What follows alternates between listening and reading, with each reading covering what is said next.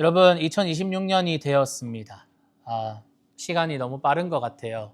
2025년도 굉장히 와 2025년이야? 이랬는데 2026년이 되었습니다. 여러분 새해가 되었는데 여러분 혹시나 여러분 각자가 가지고 있는 계획이나 혹은 목표, 소원들 각자 가지고 계시죠? 나름대로 뭔가 거창한 것이 아니더라도 내가 올해는 이런 것들을 이루고 싶다, 이런 것들을 하고 싶다라는 막연한 그런 생각들 있을 겁니다. 아까 우리 잠깐 쉐어했지만 저는 두 자릿수 몸무게로 가는 게 목표고요. 제인이는 조금 더 착한 사람이 되는 게 목표라고 합니다. 네. 어떤 사람들은 뭐 이직을 준비하는 사람들도 있을 거고, 어떤 사람들은 이제 뭐 우리 필리피 같은 경우는 이제 VC를 준비를 해야 될 거예요. 그러면 이제 입시 그리고 대학 생활을 준비를 해야 될 줄로 생각이 들어요.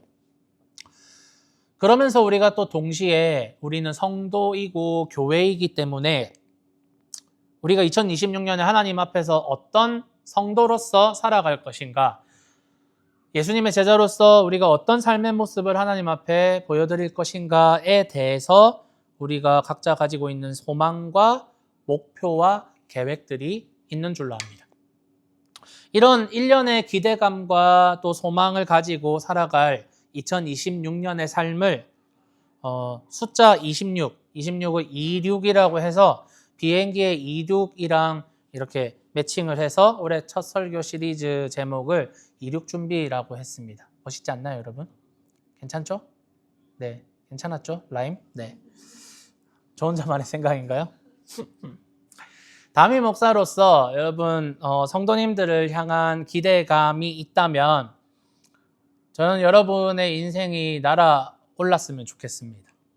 날아올랐으면 좋겠습니다. 그냥 막 처박혀가지고 주님 죽겠습니다. 주님 나는 소망이 없습니다. 그렇게 맨날 울고불고 하는 게 아니라 막 날아올랐으면 좋겠어요.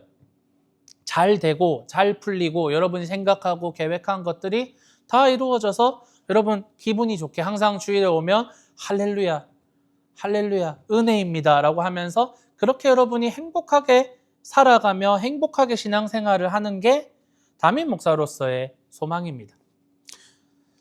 어쩌면 2025년을 우리가 조금 되돌아보면 누군가에게는 조금은 주춤했을 그런 해일 수 있습니다. 어쩌면 넘어져서 어떻게 일어나야 될지 모르게 주저앉아 있었을 2025년이었을 수 있습니다. 그러나 그런 아픔과 슬픔과 그리고 어려움들을 딛고 일어서서 우리 모두가 인앤아웃 성도님들 모두가 2026년에는 하나님 날개에 올라타서 날아오르는 한 해를 경험하기를 담임 목사로서 소망하며 여러분을 축복하고 싶습니다. 아멘이시죠? 아멘 안 한 사람들에게 저주 말고 축복이 있을지어다. 네. 말씀드린 대로 우리 모두는요, 거창하지는 않더라도 나름대로의 그런 소망과 기대감이 있어요. 그것도 새해가 주는 그런 좀 우리의 마음을 조금 들뜨게 만드는 그런 것들이 있을 거예요. 나이가 드니까 조금 덜 하긴 하지만요. 그런데 이걸 우리가 제가 설교 시리즈를 26 준비라고 했잖아요. 우리가 잠시 어떤 도시로 이제 출발해야 되는 비행기가 되었다고 한번 생각을 해봅시다. 어디로 가고 싶으세요, 여러분? 어디로 가고 싶으세요? 시드니도 좋고 발리도 좋고. 네, 함영재 어디요? 천국 가고 싶어요? 지금도 바로 갈 수 있습니다. 네, 뭐 뉴욕도 좋고요. LA도 좋고 뭐 어디가 좋을까요? 스위스, 네, 다 있어요. 우리가 가고 싶어하는 그런 도시들, 아름다운 도시들, 휴양 도시들 그런 곳으로 가고 싶습니다.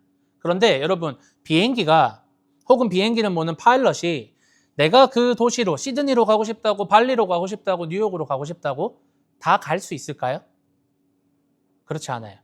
자기가 가고 싶더라도 내가 심지어 비행기를 모는 파일럿임에도 불구하고 내가 가고 싶은 도시로 갈 수는 없어요.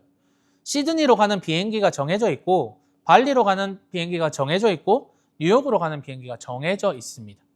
그래서 오늘 말씀에는 어떻게 이야기하고 있냐면 1절 말씀에 보니까 마음으로 하는 계획은 사람의 몫이지만 혀로 하는 대답은 여호와께로부터 오는 거야.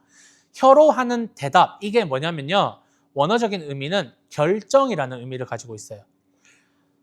우리가 마음으로 하는 계획 혹은 페이퍼에다가 우리가 글로 쓰면서 2026년 버킷리스트 혹은 우리의 계획들을 써내려 가지만 그 결정은 누가 하신다? 하나님이 하신다라는 뜻이에요. 계획은 우리가 세울 수 있습니다, 여러분. 2026년을 맞이하면서 우리가 계획을 세우는 것이 계획을 세우지 않고 그냥 무작정 살아가는 것보다는 좋지 않을까요? 생각 없이 사는 것보다 조금은 계획적으로 내 인생을 준비하고 사는 것이 지혜로울 수 있어요. 그러나 그 생각과 계획에도 우리가 사람이기 때문에 한계가 존재한다는 것을 우리는 언제나 인정해야만 합니다. 우리가 계획하더라도 우리가 결정권자가 아니라는 것은 사람이 연약하기 때문입니다. 사람이 연약하기 때문입니다. 제가 어떤 사람이 올린 스레드 글을 봤습니다. 어떤 사람이 작년 2025년에 열심히 일을 해서 시드니랑 멜번 여행 계획을 세워가지고 이제 비행기 부킹을 하고 이제 시드니로 들어왔다가 멜번으로 왔어요. 그런데 그 사람의 여행이 완전히 망하게 됐어요. 왜냐하면 지난주에 들어왔거든요. 지난주에 엄청 더웠잖아요. 막 44도, 45도 이랬는데 그때 하필이면 시드니 멜번에 들어와서 아무것도 못하고 그냥 여행이 망했습니다. 자, 보세요. 이 사람은 1년 내내 자기가 나는 여기 가야지, 퍼핑빌리도 가야지, 그레이트 오션로드도 가야지. 그런데 어떻게 됐나요?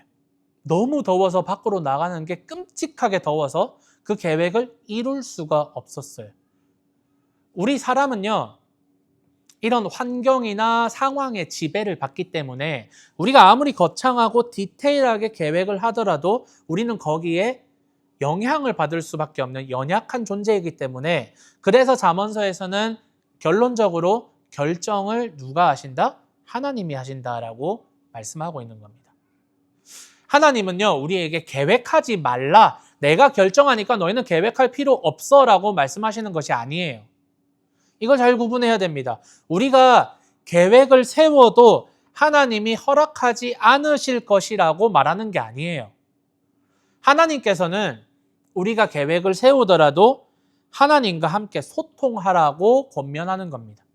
계획을 세우지 마, 나는 허락하지 않을 거야 라는 말이 아니라 하나님과 함께 소통하며 하나님 안에 거하면서 하나님의 허락을 구하고 하나님의 뜻을 구하며 우리의 인생과 우리의 2026년을 계획하라는 겁니다.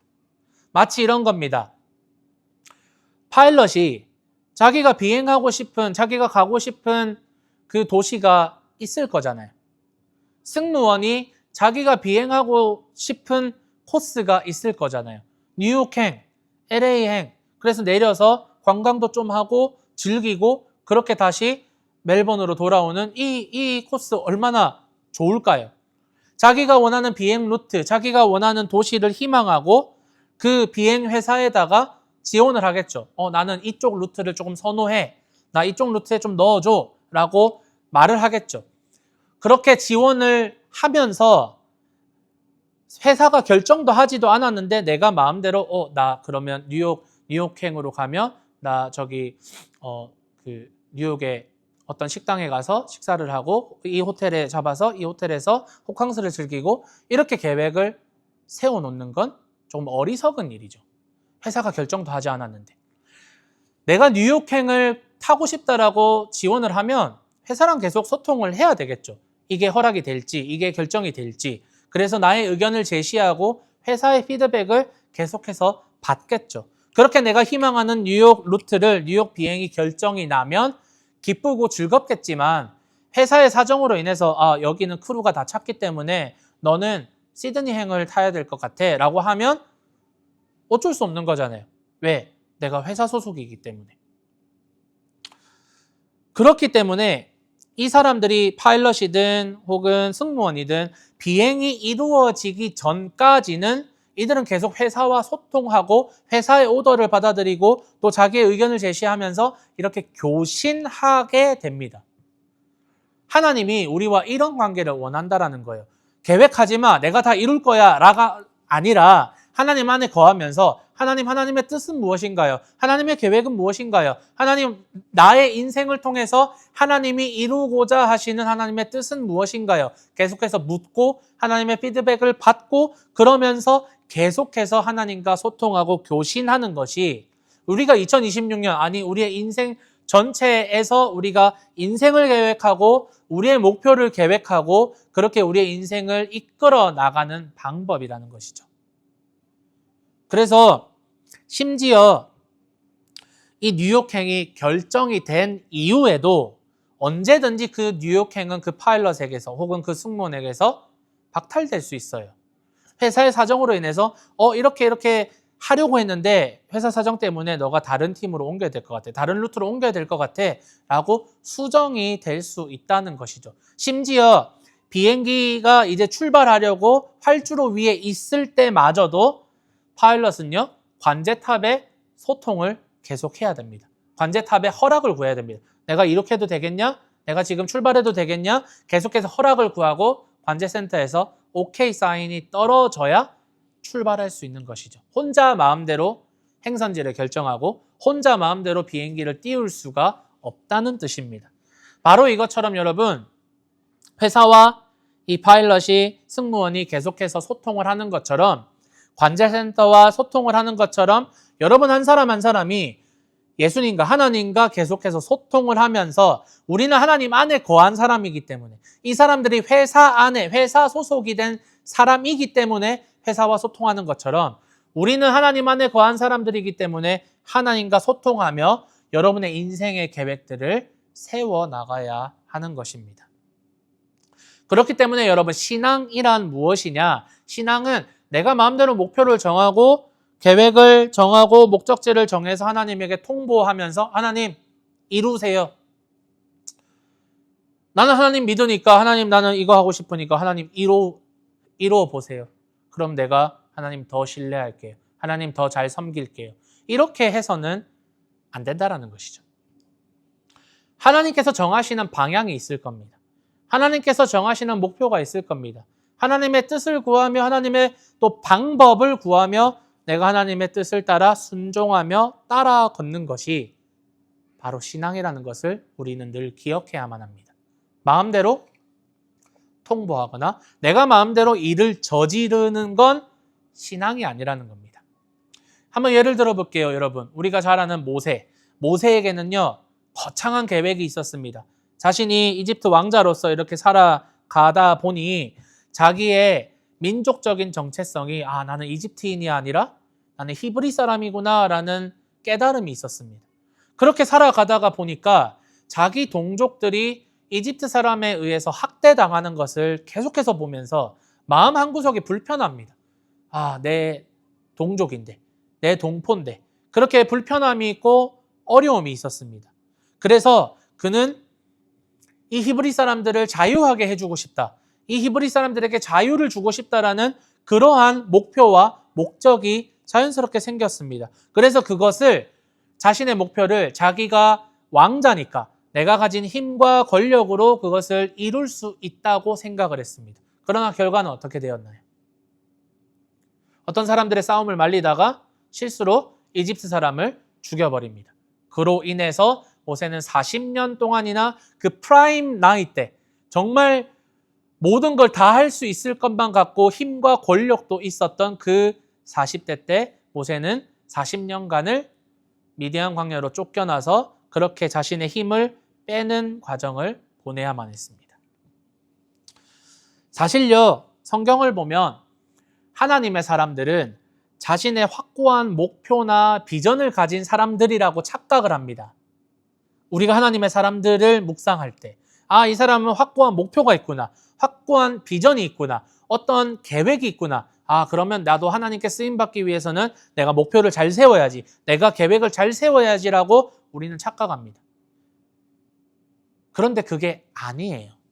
하나님의 사람들은 어떤 분명한 목표와 비전을 가지고 있었던 사람이 아니라 하나님이 쓰시기에 좋은 그릇이었을 뿐입니다.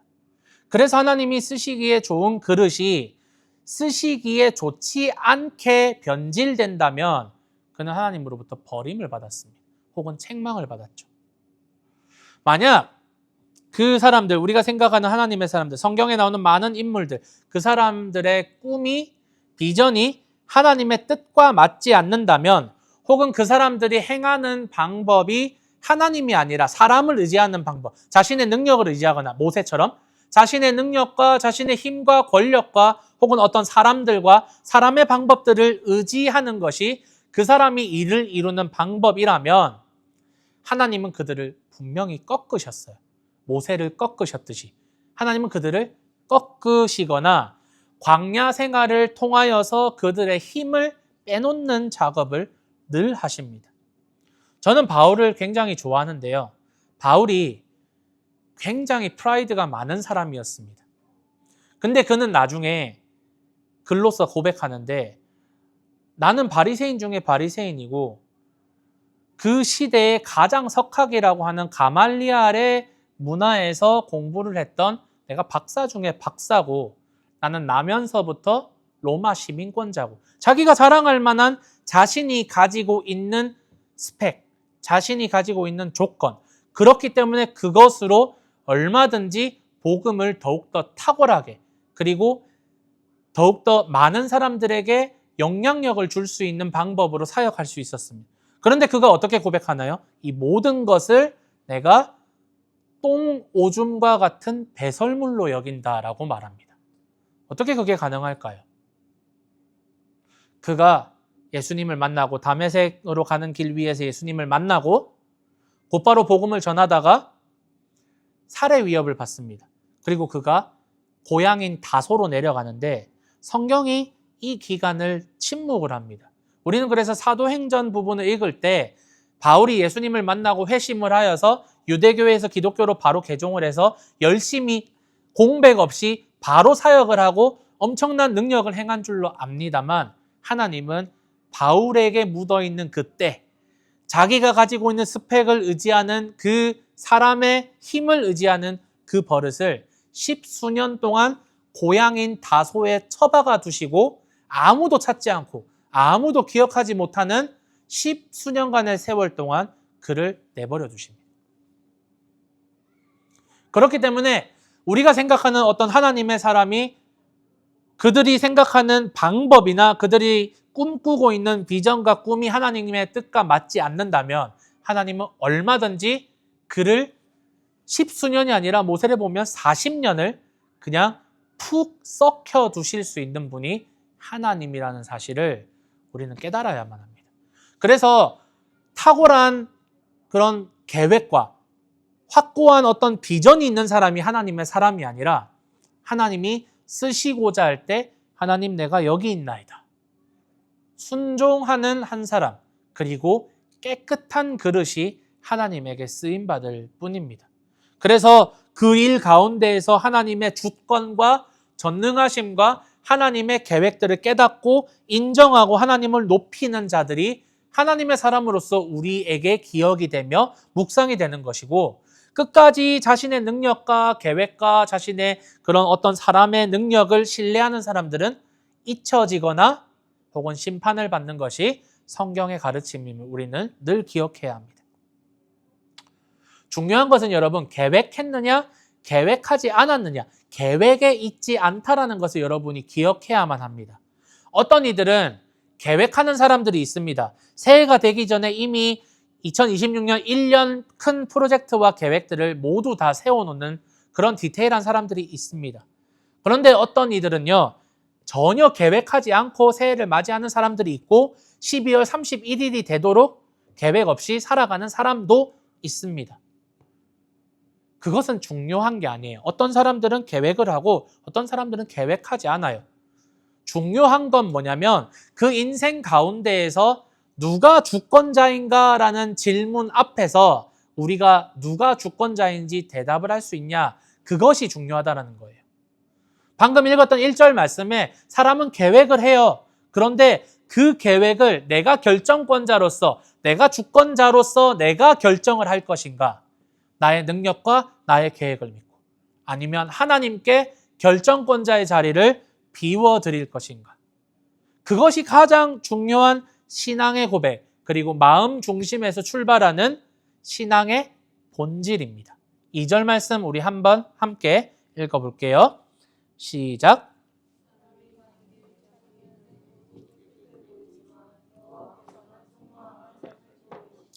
자, 사람이 가는 길, 앞에서 계획을 말했죠. 계획을 이제 실행을 합니다. 우리가 인생을 살아갑니다. 우리가 하는 일들이 우리 눈에는 모두 깨끗해 보여요. 좋아 보이고 선해 보이고 의로워 보입니다. 그런데 하나님은 속마음을 살핀다고 말씀합니다. 자신의 목표와 계획을 꽤나 많이 신뢰하는 사람들이 있습니다. MBTI로 따져보면 J 성향이 강한 사람이 그렇다고 할 수 있겠죠. 저 같은 사람들입니다. 저는 MBTI가 ISTJ인데 뭐 MBTI 완전 신봉자는 아니지만 어느 정도 뭐 참고로 할 그런 건 되는 것 같아요.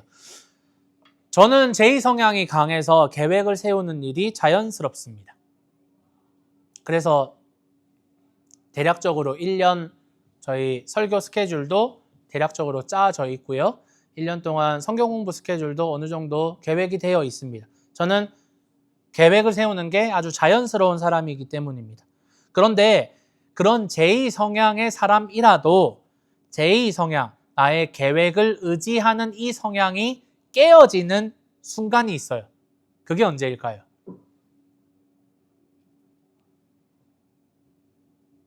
사랑이라는 감정이 개입하는 순간입니다. 예를 들어 볼게요. 저랑 제 와이프가 2년 전에 뉴질랜드 퀸스타운으로 신혼여행을 다녀왔습니다. 여러분 퀸스타운 꼭 가보세요. 너무 좋습니다. 네, 멜번에 살면서 여기 뉴질랜드 바로 옆 동네잖아요. 퀸스타운 꼭 가보세요. 제가 퀸스타운 가기 전에 엑셀을 켜서 표를 만들어서 거의 1시간 단위로 계획을 세워두었습니다. 물론 모든 00시부터 11시 59분까지 1시간 단위는 아니지만 디테일한 부분은 거의 30분 단위도 있었고요. 1시간 단위 정도로 계획을 세워두었습니다. 그래서 우리가 하는 중요한 액티비티들 설정하고, 그리고 그쪽으로 가는 이동 경로와 이동 경로 위에서 들려야 되는 식당과 카페와 이런 것들을 세세하게 기록을 해 두었습니다. 와이프도 J 성향인데 제가 J 성향이 조금 더 강하니까 그러면 와이프는 저에게 다 맡깁니다. 그래서 와이프가 퀸스타운에서 하고 싶었던 굵직굵직한 그런 액티비티만 이거 하고 싶어라고 저에게 주었습니다. 그런데 이제 퀸스타운에 갔어요. 그래서 계획대로 거의 대부분 이렇게 진행을 했는데 어느 날, 그 일정의 어느 날 아침에 눈을 떴는데 기분 좋게 눈이 내리고 있었습니다. 우리가 멜번에 살면서 눈을 언제 보겠어요, 여러분? 눈이 아주 기분 좋게 내리고 있었습니다. 숙소에서 바라보는 경치도 아주 너무나도 좋은 그런 아침이었습니다. 그날 스케줄이 있었어요. 가려고 했던 그런 장소와 식당과 이런 것들이 있었지만 저랑 와이프는 그냥 숙소에서 뒹굴면서 노는 걸 선택했습니다. 저는 과감하게 그날 스케줄을 완전히 삭제를 해버렸습니다. 기분이 나빴을까요? 기분이 나빴을까요? 전혀 그렇지 않았어요. 왜냐하면 사랑이라는 감정이 저의 계획과 저의 목표 안에 개입을 하였기 때문입니다.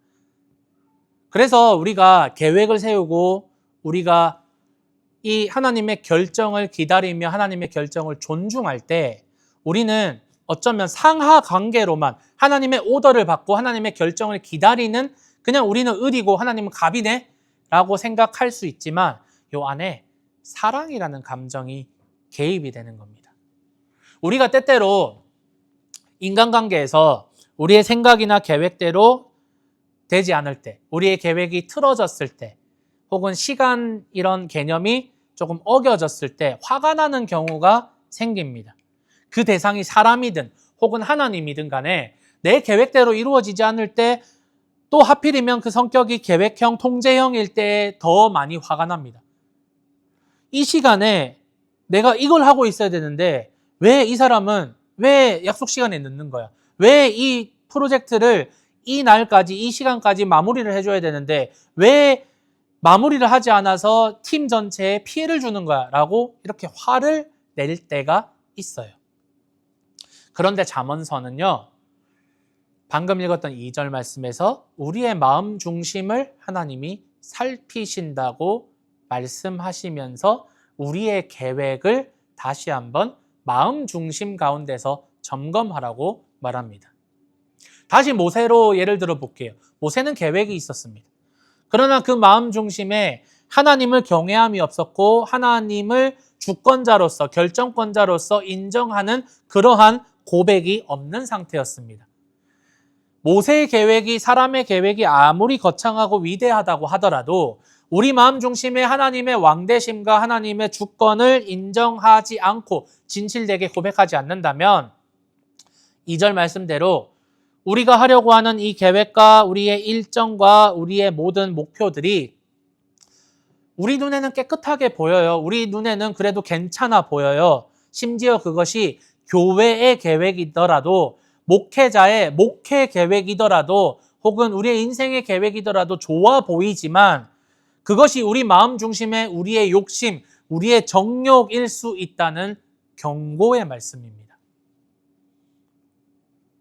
우리가 하나님의 결정을 하나님께서 우리의 마음 중심을 살피신다는 그 말씀은 우리의 계획이 우리의 정욕에서 시작된 것은 아닌가, 그것을 우리가 늘 살피라는 말씀입니다. 그래서 예수님은요, 늘 하나님의 때를 구하며 기대하셨어요. 예수님이 처음으로 기적을 베푸신 곳이 가나의 혼인잔치입니다. 물을 포도주로 바꾼 사건이죠. 그때 어머니 마리아에게 뭐라고 말씀하시냐면 아직 나의 때가 이르지 않았습니다 라고 한마디 하세요. 그리고 예수님이 사역을 하시면서 사람들에게 점점 알려지고 유명해져요. 그러다 보니까 예수님의 육체의 형제들 있잖아요. 마리아가 낳은, 실제로 요셉과 마리아가 낳은 예수님의 동생들이 예수님을 찾아와요. 그 시점에는 예수님의 동생들이 신앙이 없는 상태라고 성경이 기록하고 있거든요. 근데 그때 예수님의 동생들이 뭐라고 말하냐면 형님이 이렇게 기적도 행하고 놀라운 일들을 행하니까 사람들이 많이 모이는 유대 땅으로 넘어가서 형님이 위대한 사람이라고 좀 알리십시오. 사람들에게 주목도 받으시고 사람들이 많이 모이는 곳에 가서 기적도 행하시면서 사람들이 저 사람이 메시아구나. 저 사람이 우리의 왕이구나. 그렇게 형님 자신을 좀 알리십시오 라고 말했을 때 예수님은 아직 나의 때가 아니다 라고 말씀하세요. 그리고 십자가 사건 이전에, 한참 이전에 사람들이 예수님을 시기해서 예수님을 붙잡으려고 할 때에도 성경은 뭐라고 하냐면 그의 때가 이르지 않음으로 잡히시지 않으셨다라고 말합니다. 그러면 예수님의 때는 언제일까요? 하나님의 때는 언제였을까요? 바로 예수님이 나의 때가 이르렀다, 인자가 영광 받을 때가 왔다라고 비로소 고백했을 때가 언제냐면 십자가를 지기 위해서 예루살렘으로 들어오실 때, 죽음을 이제 맞이하시기 직전에 인자가 영광 받을 때가 왔다라고 선언하세요. 어쩌면 예수님이 우리가 보기에 더 효과적으로 더 멋지게 일하시는 방법은 진짜로 예수님의 동생들이 말한 대로 사람들이 많이 모이는 곳에 가서 내가 메시아다라고 하면서 능력을 보이시며 PR을 하시며 자기를 알리시는 것이 훨씬 더 효과적이고 멋지게 사역하는 방법이 아니었을까. 실제로 제자들이 기대했던 대로 이스라엘의 왕이 되셔서 로마를 몰아내고 그렇게 메시아로서 하나님의 왕국을 선포하는 것이 어쩌면 예수님이 훨씬 더 멋있게 사역하는 것이 아닌가, 우리도 기대하고 제자들도 기대했습니다. 그러나 예수님은 자기가 영광 받으실 하나님의 때를 뭐라고 말씀하시냐면 십자가를 지고 죽게 되는 그 시점으로 여기셨던 거예요. 하나님은요, 언제나 우리의 마음 중심, 우리 마음 중심의 동기, 모티베이션을 살피십니다. 사람의 눈에는 깨끗해 보이고 의로워 보이고 정직해 보이는 사역에도 나의 길이 깨끗해 보임에도 불구하고 하나님이 마음 중심을 살피셨을 때 그 마음 중심이 순수하지 않다면, 하나님을 위함이 아니라면, 하나님의 영광을 위함이 아니라면 목회도 선한 사업도 홈리스를 돕거나 난민을 돕거나 선교지에 가서 현지인들을 낮은 자세로 섬기는 그 사역도 마음 중심이 내 정욕에서 시작했다면 그것은 깨끗함이 아니라는 겁니다. 그래서 우리의 동기가 순수하지 않을 때 우리는 하나님의 결정을 받아들이지 못합니다. 내 계획이 어그러졌을 때, 내 계획대로 순탄하게 이루어지지 않을 때 화가 나기 시작합니다. 그래서 베드로가 예수님이 십자가 고난을 처음으로 말씀하실 때 예수님을 리부크했다라고, 꾸짖었다, 혼냈다라고 말합니다. 예수님이 베드로를 꾸짖은 게 아니라 베드로가 예수님을 리부크하면서 예수님 절대로 그 일이 일어나지 않을 겁니다 라고 말을 합니다. 왜? 내 내면의 동기는, 베드로의 제자들의 내면의 동기는 예수님 우편에 누가 앉을 것이냐, 예수님이 영광 받으실 때 누가 오른쪽에 앉을 것이냐, 그것이 그들의 마음 중심의 동기였거든요. 그렇기 때문에 여러분, 우리에게 중요한 것은 우리가 왜 발리로 가야 하는지, 우리가 왜 뉴욕으로 가야 하는지, 우리가 왜 LA로 가야 하는지에 대한 동기입니다. LA로 가는 것 자체, 뉴욕으로 가는 것 자체, 가는 그 과정의 계획이 중요한 게 아니라 왜 그 목표를 세웠느냐, 왜 그 목적을 세웠느냐, 왜 우리가 날아올라야 하느냐, 왜 우리가 직장에 다녀야 하느냐, 왜 우리가 돈을 벌어야 하느냐, 왜 우리가 집을 사야 하느냐, 왜 우리가 교회를 섬겨야 하느냐, 왜 우리가 직분을 받아야 하느냐, 왜 우리가 선한 사역을 해야 하느냐, 왜 우리가 난민을 섬겨야 하느냐, 왜 우리가 결혼을 해야 하느냐, 왜 우리가 자녀를 가져야 하느냐, 이러한 우리가 하는 모든 삶의 그런 행동들, 결정들을 왜 해야 하느냐, 무엇 때문에, 뭐가 목적이냐, 너의 마음 중심의 동기는 무엇이냐. 하나님이 여러분의 마음 중심을 살피며 여러분에게 질문을 던지시는 겁니다. 그렇기 때문에 계속해서 말씀드리지만 중요한 건 무언가를 하는 계획이나 어떤 목표보다 더 중요한 것은 마음의 동기입니다. 왜 그것을 여러분의 목표로, 여러분의 계획으로 설정하셨습니까? 내가 잘 먹고 잘 살기 위해서, 내가 부자가 되기 위해서, 혹은 내가 좀 편하게 살기 위해서, 그것이 정말 여러분의 그런 유익을 위한 것인지, 아니면 하나님을 위한 것인지. 여러분, 우리는 이런 얘기를 들으면 그러면 무작정 나에게 유익한 건 다 버리고 하나님만, 하나님의 영광만 위하는 그런 일들만 해야 됩니까? 라고 그렇게 극단적으로 받아치는 경우가 있어요. 여러분, 나에게 유익한 것이 하나님에게 유익한 것일 수 있어요. 하지만 나에게 유익한 것이 항상 하나님에게 유익한 것은 아니에요. 이것을 우리가 잘 구분해야 됩니다. 하나님에게 유익한 것이 꼭 나에게 유익하지 않은 것은 아니에요. 헷갈리시죠? 헷갈리시죠? 예를 들어서 이런 겁니다. 제가 원래 스크립트에 없는 얘기 잘 안 하는데, 만약에 제가 저의 목표를 말씀드렸어요. 저는 몸무게를 2자릿수로 줄이는 것이 목표입니다. 이거 유튜브로 다 퍼져나가는데 이제 물릴 수도 없네요. 저에게 유익한 거잖아요? 그렇죠? 저에게 유익한 겁니다. 그럼 제가 몸무게를 줄이는 것으로 무슨 하나님의 영광을 돌릴 수 있을까요? 제가 제 건강만 생각하고 제가 몸무게를 줄이는 것만 생각하다가, 예를 들어서 하명 형제가 목사님 저 요즘에 진짜 고민이 있는데 저 밥 한번 사주면서 상담 좀 해주십시오. 그런데 제가 안 돼, 나 다이어트 해야 돼. 그러면 이거는 제 정욕만 생각하는 거겠죠. 제 육체의 건강만, 제 목표만 생각하면서 우리 형제 자매의 실족할 수 있는 그러한 어려운 순간을 제가 외면하는 거겠죠. 그러면 제가 다이어트를 하면서 몸무게를 2자리로 줄이면서 우리 교회의 형제 자매들에게 유익함, 그리고 형제 자매들과 함께 고민할 수 있는 하나님의 나라를 저는 고민을 해야 되겠죠. 마치 이런 겁니다.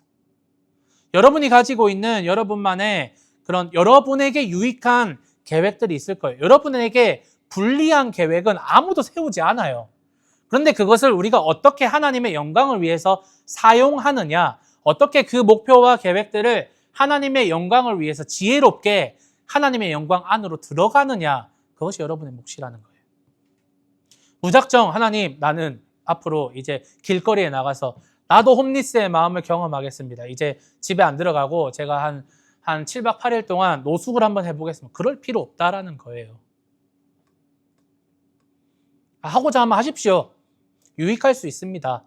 그런데 집에 거하면서 여러분에게 그 홈리스의 난민에 대한 불쌍한 사람들, 지금 이란이나 이런 데 막 폭동이 일어나고 막 어려운 사람들이 많이 생깁니다. 그런 사람들에 대한 긍휼함 얼마든지 생길 수 있잖아요. 그러면 월드비전이나 이런 선교단체에 내가 후원할 수 있는 방법은 없는 것인가? 살펴볼 수 있겠죠. 유익함이에요. 나의 유익함이 하나님의 유익함으로 연결될 수 있는 지점을 여러분이 찾아야 된다는 거죠. 그런데 우리는 너무 극단적으로 생각해요. 하나님의 영광을 생각하면 나는 육체를 완전히 버려야 돼. 나의 욕심을, 나의 유익함을 완전히 버려야 돼라고 너무 극단적으로 생각하지만 아니라는 거예요. 하지만 반대로 여러분의 유익함이 모두가 하나님께 영광이 되는 건 아니라는 걸 여러분이 염두에 두셔야 된다는 거예요. 그래서 중요한 건 무엇을 하고자 계획을 세우고 목표를 세우는 게 중요한 게 아니라 내가 왜 이 일을 하고자 하느냐, 내가 왜 이 일을 이루고자 하느냐에 대한 내 마음 중심, 그것을 여러분이 살피시고, 그래서 결정권자의 자리를 하나님이 결정하십시오. 내가 따르겠습니다. 그것이 우리에게 요구되는 자세입니다. 3절 말씀 한번 볼까요? 3절 말씀 함께 읽어봅시다. 시작.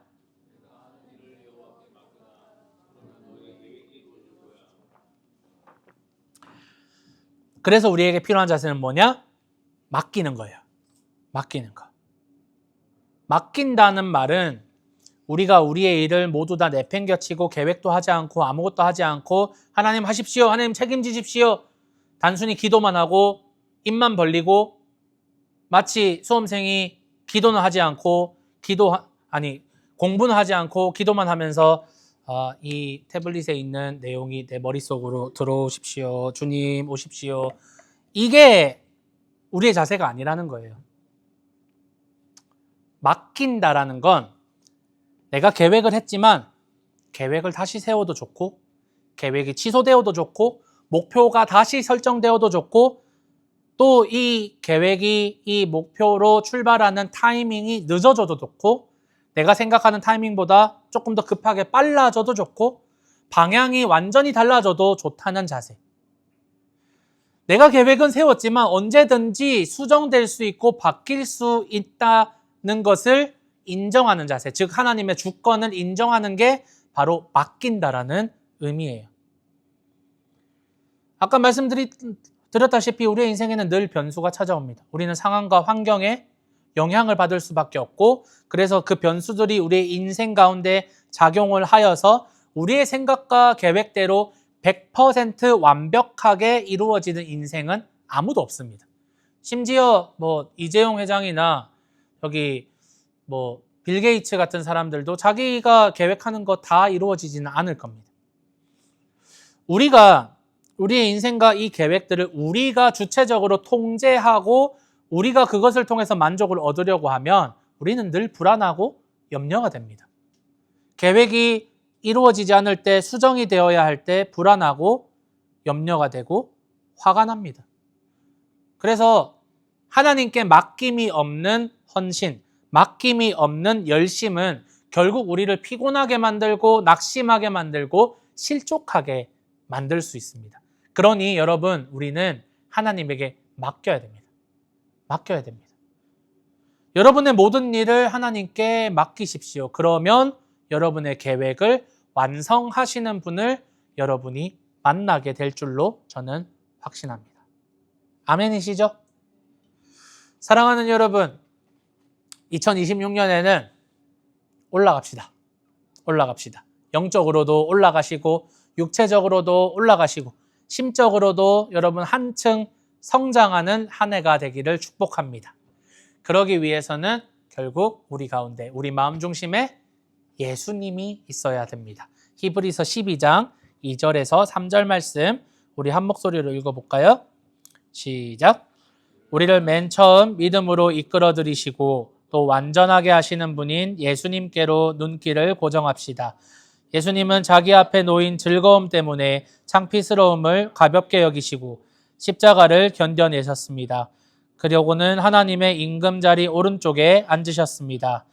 죄인들이 이렇게 자신에게 맞선 것을 견뎌내신 분을 곰곰이 생각하십시오. 그러면 여러분 마음이 지쳐서 상하는 일이 없게 될 것입니다. 아멘.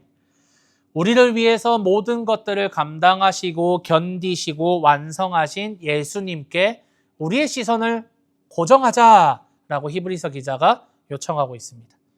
그렇게 우리가 예수님께 우리의 시선을 고정하고 예수님을 묵상하고 우리를 구원하는 그 기쁨을 위해서 잠시 잠깐의 십자가의 그 고통스러운 고난을 견디시고 인내하신 예수님을 우리는 묵상해야 합니다. 여러분을 위해, 그 여러분과 함께 할 즐거움을 위해, 여러분과 함께 날아오를 그 즐거움을 위해 예수님은 견디셨어요. 그렇기 때문에 여러분 예수님을 묵상합시다. 그러면 여러분에게 불안이 없어요. 여러분에게 지치는 일이 없고 여러분 마음이 상하는 일이 없게 될 것으로 성경은 약속하고 있습니다. 그렇기 때문에 2026년에도 여러분 우리는 결국 예수님입니다. 결국 예수님입니다. 올 한 해 여러분 다시 예수님께로 우리가 우리의 시선을 고정하고 우리의 모든 마음의 동기를 예수님에게 고정하고 그 시선을 집중하여서 예수님의 마음을 품고 하나님이 주시는 힘으로 날아오르시는 우리 인앤아웃 모든 성도님들 되시기를 예수님의 이름으로 간절히 축원합니다. 말씀을 정리하겠습니다. 저는 복음이라는 단어를 누군가에게 설명할 때 하나님의 열심이라는 말로 설명하는 것을 좋아합니다. 복음이라는 것은, 가스펠이라는 것은 단순히 우리가 예수님을 믿고 구원받았다라는 그 소식으로 축소해서 볼 것만이 아니라 하나님께서 여러분을 사랑하셔서 여러분을 구원하기 위해 하나님이 준비하시고 행하신 모든 일들, 그리고 이후에 행하실 모든 일들을 다 포함하여서 저는 복음이라고 생각합니다.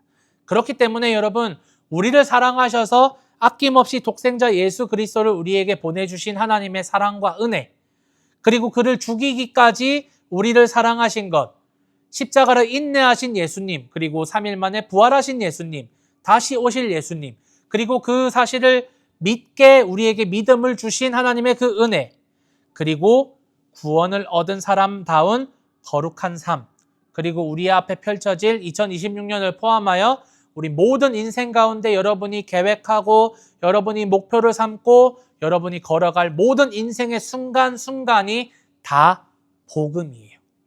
복음. 그래서 저는 하나님의 열심, 하나님이 여러분을 위해서 열심히 일하셨고 일하고 계시고 일할 것이다 라는 것이 복음의 핵심이라고 생각해요. 말씀드린 대로 우리가 주권자가 되거나 우리가 왕이 되어서는 결단코 우리는 이 복음의 일들을 감당할 수 없어요. 왜냐하면 이 복음은 하나님의 복음이기 때문입니다. 하나님의 편에서 이루실 일들이 우리에게 복된 것이어서 복음인 것이지, 우리가 목표를 세우고 우리가 주체적으로 주권자가 되어서 계획을 이루고 우리가 이 열매를 맺어서 우리가 날아오르는 것은 복음이 아니에요. 복음이 아니에요. 그렇기 때문에 여러분 하나님께 맡겨드립시다. 하나님께 맡겨드립시다. 오늘 찬양한 대로 주님 손에 맡겨드리리. 나의 삶 주님께. 주님 손이 나의 삶 붙드네 나 주의 것 영원히. 여러분 하나님의 손에 맡겨드립시다. 진짜 많은 사람들이 저에게 힘들지 않냐고 질문을 해요. 불안하지 않냐고 질문을 해요. 저는 하나도 불안하지 않아요. 이상하게 불안하지 않습니다.